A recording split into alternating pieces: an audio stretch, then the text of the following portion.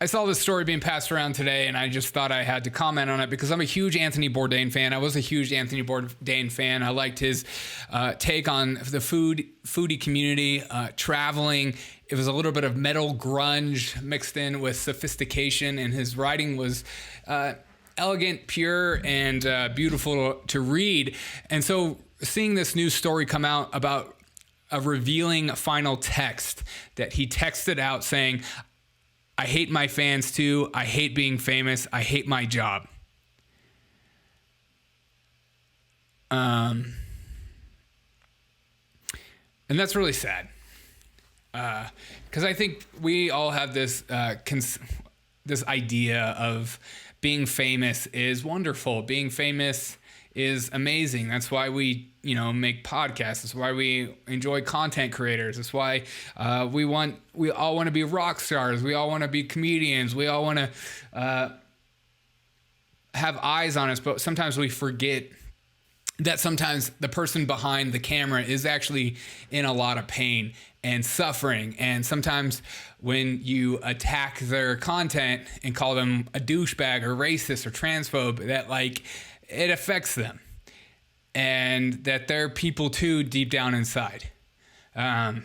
So reading this about Anthony Bourdain is just another reminder that if you are struggling, if you are going through a lot in life right now, if you are overwhelmed, especially men, there is a huge stigma with men that we rather just bottle it up inside, keep it to ourselves, and not allow others to reach in and help us, because then we'll be perceived as weak or not altogether, not strong, not a leader, whatever word you want to use. But my encouragement to you in this time, especially as we enter the winter, we enter an election season where politics and people are just ramped up and everyone's emotions are just exhausting, over the top, melodramatic, over dramatic, insane. People's rhetoric is going to just continue to ramp up and things are going to get tough.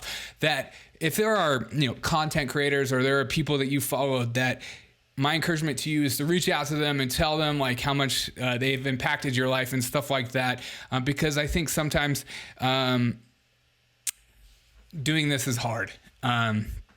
And so when I see Anthony Bourdain come out and say that, my encouragement to you as well as somebody who consumes the content, to reach out and ask for help if you need it. To go to counseling, find a good counselor that you like, find somebody that you can talk to, because I don't know about you, as a man, I was encouraged and pushed to just bottle it up, keep it to myself, don't burden other people, suck it up, that kind of attitude. And that's the kind of attitude that doesn't help anyone. Especially doesn't help you if you're actually hurting. We all knew that Anthony Bourdain got to a point where, he was just tired of being famous and not enjoying it as much anymore. He couldn't travel and enjoy the simple things in life. But he also wrote that I am lonely and living in constant uncertainty. And I feel like that's a lot of us as well in our culture and climate today. That we're worried about the dollar, worried about what's going on with inflation, we're worried about who the next president's going to be, who's going to be running for governor, Senate, Congress. There are a lot of uncertainty in this world, and a lot of anxiety is rooted in trying to control the future and just control things that we can't control. And so if you are overwhelmed, if you could be honest with yourself that you're you know what, I need help. Derek, I need help. Contact somebody, find somebody. You're always welcome to message me. I'm not, I try to do my best answering messages from you guys. Sometimes I'm overwhelmed by how many messages there are. Come on, man. And I try to do my best. See, I record this live. There's a new subscriber. Yeah, I'm thankful for every single one of you guys. But let's keep each keep each other accountable during this this season that tends to be a harder season of this winter and what's after winter of just the lull, no holidays and just bleh.